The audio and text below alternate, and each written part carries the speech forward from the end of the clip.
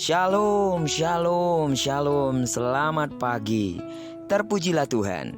Di pagi yang cerah ini kita patut bersyukur, sebab dalam anugerahnya yang besar Dia telah memberikan kita satu hari lagi, tepat di hari Selasa tanggal 23 Maret tahun 2021.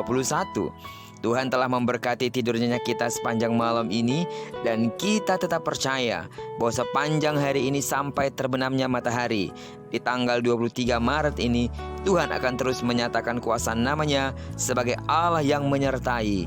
Dia Allah yang melindungi, dan Dia juga adalah Allah yang pasti memberkati kita. Amin. Saat ini luar biasa. Sebelum kita lebih jauh melakukan aktivitas hari kita, mari kita sama-sama kembali menundukkan hati untuk merenungkan firman Tuhan yang datang sebagai pedoman dan pelita hidup kita. Dan luar biasa, sebab tidak terasa kita sudah menyelesaikan seluruh pembacaan kitab Kejadian selama 50 hari yang lalu. Dan mulai hari ini kita akan berpindah kepada kitab Keluaran. Itu sebabnya selama 40 hari ke depan kita akan membaca pasal per pasal seluruh kitab Keluaran ini. Saya percaya jika saudara terus setia mengikuti pembacaan Alkitab satu hari satu pasal, maka Anda akan semakin memahami, mengenal Allah dengan benar. Amin. Baiklah, kita akan mulai pembacaan kita hari ini dari kitab Keluaran pasalnya yang pertama, ayat yang pertama sampai dengan ayatnya yang ke-22. Dan saya menghimbau kepada seluruh sidang jemaat Tuhan, anak-anak Tuhan dimanapun saudara berada, saudara bisa membaca keseluruhan Keluaran pertama ini, sehingga saudara dapat lebih memahami apa yang saya akan jelaskan dari perenungan kita hari ini. Baiklah, sebagai ayat perenungan kita hari ini, saya akan coba baca dari ayat yang ke-12. Tetapi makin ditindas, makin bertambah banyak dan berkembang mereka, sehingga orang merasa takut kepada orang Israel itu. Ketika dalam kesulitan, kadang kita tidak dapat melihat rencana Allah dalam hidup kita. Namun nas hari ini menunjukkan bahwa di tengah penderitaan umat, sesungguhnya rencana Allah sedang digenapi.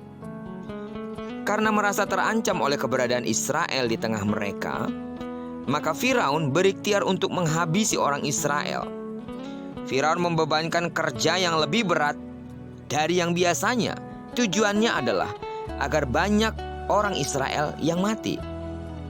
Namun bukannya berkurang, orang Israel bahkan bertambah semakin dan semakin banyak. Rencana kedua, agar bangsa Israel tidak semakin bertambah banyak, Firaun meminta agar para bidan membunuh bayi laki-laki Israel ketika dilahirkan. Mengapa hanya bayi laki-laki? Pada waktu kejatuhan manusia ke dalam dosa, Allah menghukum ular yang mewakili iblis dengan menyatakan bahwa akan mengadakan permusuhan antara keturunan ular dengan keturunan perempuan. Dalam Kejadian pasal 3 ayat 15, dari perempuan tersebut akan lahir laki-laki yang menghancurkan kepala si iblis. Maka tak heran bila iblis memakai Firaun untuk membunuh hanya bayi laki-laki. Supaya apa? Apa yang telah Allah nyatakan tidak terjadi. Ini adalah rencana si iblis. Namun rencana Firaun tidak berhasil. Karena kedua bidan yang menangani persalinan perempuan-perempuan Israel, mungkin mereka adalah kepala bidan, dan nama kedua bidan itu menunjukkan bahwa mereka adalah orang Israel. Mereka tidak mematuhi perintah Firaun. Mereka tidak mau membunuh bayi laki-laki Israel karena mereka takut akan Allah. Akibatnya, orang Israel malah semakin bertambah banyak. Bahkan Allah juga akhirnya memberkati para bidan tersebut hingga mereka kemudian berumah tangga. Saudara, di balik semua masalah yang dihadapi Israel, sesungguhnya Allah sedang menggenapi rencananya. Rencananya adalah untuk memberkati mereka. Saudara, di balik semua masalah yang dihadapi bangsa Israel, sesungguhnya Allah sedang menggenapi rencananya untuk memberkati bangsa ini menjadi bangsa yang besar. Apapun yang dirancangkan oleh Firaun untuk menghentikan apa yang telah dirancang oleh Allah tidak akan pernah bisa. Kenapa? Karena kekuatan manusia bahkan kuasa kegelapan tidak akan pernah mampu membendung, tidak akan pernah mampu membatalkan apa yang Tuhan sudah rancangkan, apa yang Tuhan sudah firmankan. Semuanya pasti terjadi karena kuasa Allah di atas segala-galanya. Saudara, dari perenungan kita hari ini, kita mendapati bahwa segala kesulitan, segala persoalan pun mungkin oleh karena ketidakmampuan kita, atau mungkin di sana ada rencana iblis untuk menggagalkan apa yang Tuhan rancangkan dalam hidupmu. Percayalah, selama engkau bergantung kepada Allah, selama engkau yakin bahwa rancangan Allah tidak akan pernah gagal oleh kekuatan apapun, maka rancangan Allah itu akan tetap tergenapi di dalam dirimu.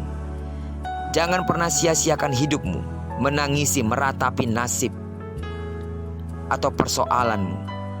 Tapi mari bangkit, tetapi yakin bahwa Tuhan tidak akan pernah meninggalkan perbuatan tangannya, yaitu hidup saudara. Dia tidak akan pernah melupakan apa yang Tuhan sudah rancangkan atas hidupmu.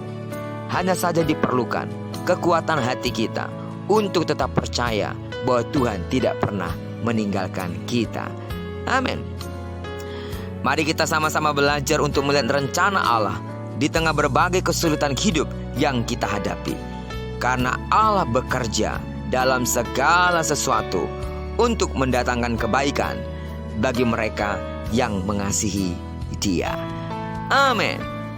Terpujilah nama Tuhan. Biarlah kiranya perenungan kita hari ini terus menyemangati hati dan roh kita untuk kita tetap berpegang teguh kepada setiap perjanjian Allah, bahwa apapun yang akan saudara hadapi hari ini tidak akan pernah menggagalkan rencana Allah di dalam hidupmu. Tetaplah berdoa dan tetaplah berpaut kepada imanmu terhadap Tuhan yang sanggup menolong engkau sepanjang hari ini. Diberkatilah kita bersama dengan orang-orang yang kita kasihi. Diberkatilah kita bersama dengan orang-orang yang kita cintai. Dan digenapilah apa yang difirmankan kepada kita, bahwa apa yang dikerjakan tangan kanan dan tangan kiri kita akan dibuatnya berhasil. Bahkan kemanapun kaki kanan kaki kiri kita melangkah, di sana kemuliaan Tuhan akan dinyatakan. Amin. Terpujilah nama Tuhan. Shalom.